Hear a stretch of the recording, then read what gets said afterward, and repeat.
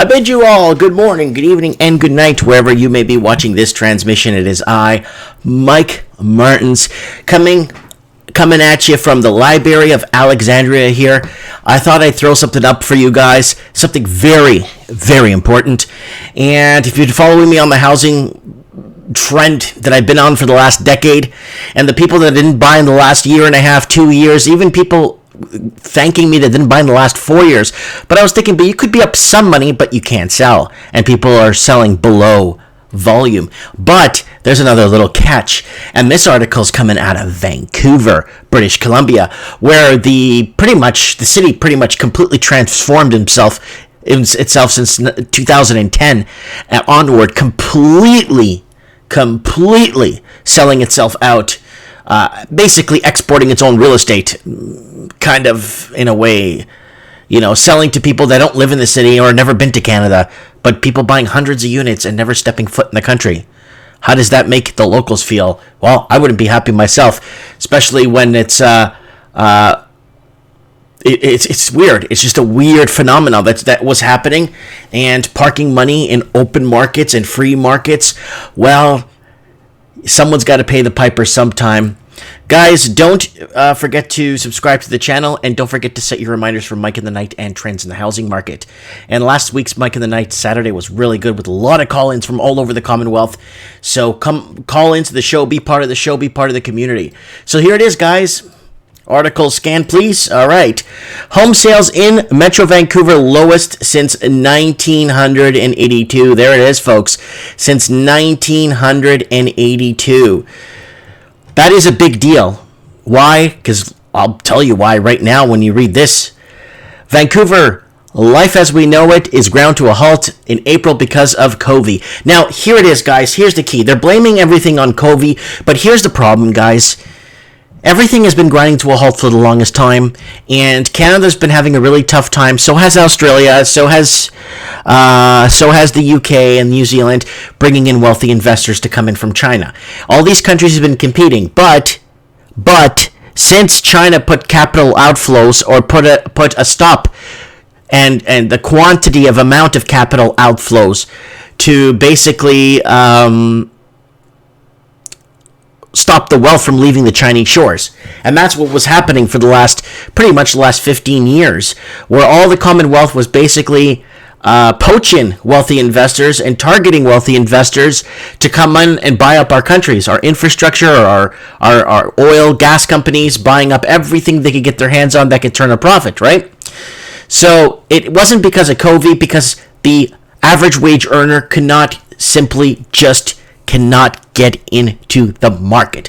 Average wage earner can't get into the average wage home. When average wage earner can't buy average wage home, average wage earner moves away from the major cities, where you saw mass exodus from all the major Canadian cities, and the ones that were left behind are pretty much eating cardboard for dinner. So here it is. So did Metro Vancouver's real estate market, where 1,109 homes sold in the region last month, the lowest April sales totals since 1982. From the whole month of April, I got one phone call, said Vancouver realtor, who has 5 active deals. People are on the sidelines a lot more. They're watching the news. They don't know what to do. So basically, everything is standby mode. They're just waiting to see what happens. And it's not just buyers who are taking a wait to see approach. Sellers are few and far between. There were 2,313 properties newly listed for sale in Metro Vancouver in April. That's 59.7% decrease compared to April 2019, and a 47.9% decrease compared to March 2020. Sellers are far more cautious than buyers right now, because sellers have more to lose, because it's their home. Oh, they got a lot more to lose than 5-10% that everyone's predicting the correction, right? Said Vancouver agent, but he did find a buyer for one of his clients. After reducing the price just over 7%, Roy got 4 offers on a home in Southwest Marine Drive during the last week of April. It's under contract with condition removal expected in mid-May. So there it is. So what is it, 7%? So $1 million, $70,000 drop, not enough. Southwest Marine Drive, let's say a home detached, you're looking at $1.2 million. So 7% decrease is 85 grand. Not enough of a drop. I can't imagine the circumstances where May stats are worse than April stats, said Roy. We're feeling a sense of return to activity. People are going outside again. Clicks on my listings are up. Hutchison is still waiting for nibbles on properties. He thinks buyers are waiting for a deal. May is going to be an interesting month. We know April sales completely dropped off, but prices remained firm. So, again, with the capital outflows being restricted from China, and China making sure that no one's leaving with a dime anymore. China's putting on huge, with the huge rhetoric going between the United States, and China. I think they're going to make very well sure, because the locals just don't have the money. They don't have a lot of locals don't have two nickels to rub together. And for them to buy a house built in the 1940s for $1.2 million, and then after have to lose a percentage of that, they can't afford it, right? They just can't afford the loss on that much of a major investment, right? If you have a seller who needs to sell, you're going to have to reduce the price to get a motivated buyer. I remember a guy was trying to sell a trailer home for like 300 grand. Motivated seller! And it's like a trailer home appraised at $56,000.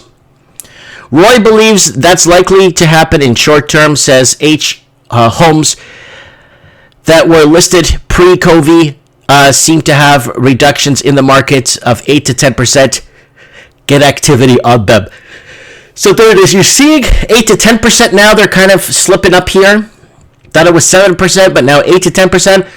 As for long-term sale numbers and prices in the time of COVID, it's a big question mark, said Hutchinson. It's uncharted territory completely. No one really knows what's going to happen.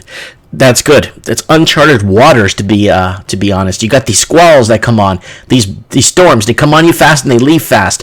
Well, I think the housing market is gonna start becoming like the oil market. I've been buying and selling oil every single day. Sell my whole lot. Oh, it's back down. Buy it again. It goes back up. Follow the markets, and that's what I've been doing. I'm thinking you're going to start to see, like in housing, you're going to see a little bit of an increase and some good news, and then more of a drop, then a little bit of increase and more of a drop, and then until before you're buried. You know what I'm saying? And I think that's what's going to happen, guys. In my opinion, do not buy nothing right now. Stay on the sidelines. With the amount of people unemployed and the risks that banks are taking, and with them lowering rates to historical lows, they've created this Frankenstein monster. And instead of letting the markets correct in 2008 in the Commonwealth, they just dropped rates overnight and started feeding the monster. They're feeding the animals. You know how when you go to the zoo it says, please do not feed the animals? Well, there's a reason why. Right? It gets used to the stimulus. You start feeding the animals, you start feeding the stimulus, and housing keeps going up. They start bringing in more wealthy investors. The locals get bought out, and then they start advertising condos. Okay, they start advertising condos in Shanghai that are to be sold in Vancouver, but people from Vancouver can't look at the condos because it's being advertised and displayed in Shanghai for people to buy, and a lot of these people will never come to Canada, ever. But they'll still own 200 properties here in Canada. And that's the mistake that our government's made by letting in money over talent and hard workers and stuff. So that's the deal there. You know what I'm saying? I want to know what you guys think about this housing since 1982. So let's do a little backtrack. Okay, guys, let's do a little backtrack to 1982. So these were the movies at the time. Blade Runner, E.T. Extraterrestrial, The Thing, Poltergeist, Star Trek II, The Wrath of Khan, Tron, Conan the Librarian, Fast Times at Ridgemont High, Rocky III, Tootsie, The Secret of NIMH, 48 Hours, The Verdict, An Officer and a Gentleman, First Blood, The Dark Crystal. That was good, Dark Crystal. Sophie's Choice, Annie, Swamp Thing, Cat People. And what would we have for music? Who remembers this music from 1982? Who remembers this? Physical, Olivia Newton-John. Eye of the Tiger by Survivor. I Love Rocky Road, or I Love Rock and Roll by John Jett. Wow. There's Survivor. There's Olivia Newton-John. And Ebony and Ivory, Paul McCartney and Stevie Wonder. Centerfold by the I don't know who that is. Don't You Want Me, Human League. Yeah. I remember those guys. I still play their music. So that was what was happening back in 1982. So if you don't remember that time, well, this is going back in time, and this is going to get worse before it gets even better. So there you go, guys. The most expensive and most unaffordable place to live in Canada is starting to see a huge stagnant movement in its home sales. And it's going to get worse. Unless Canada could prop up a way to get more money onshore, I don't know how they would do it.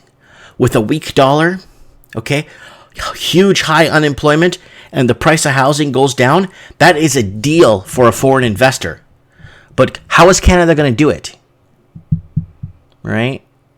How is Canada going to do it? I remember Canada in an article here.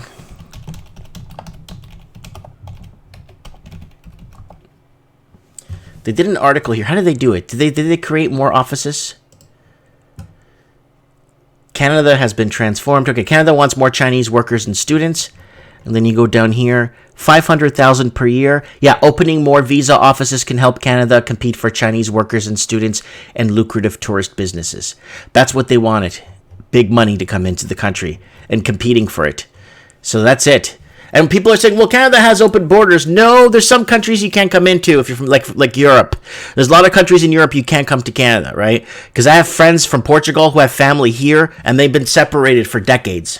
A lot of them were deported in 2006, 7, and 8. Mass deportation of Portuguese in 2006, 7, and 8. Like tens of thousands of families that owned homes and everything. They were put on a plane from work, can't even get changed, can't even bring a bag so they could change when they arrive. They were just thrown on planes and kicked out of Canada, the Portuguese. But it's a pick and choose for a lot of the Commonwealth countries. They pick and choose. If countries bring money, then come on in. You're welcome. Let me know what you guys think in the comments below. I would like to know what you guys think about this. Guys, don't forget also to set your reminders for Mike in the Night and Trends in the Housing Market tomorrow night, where we discuss housing across the Commonwealth, from Australia to New Zealand to the UK, across to Canada, down to the United States. Thanks for watching, and don't forget to hit the subscribe button.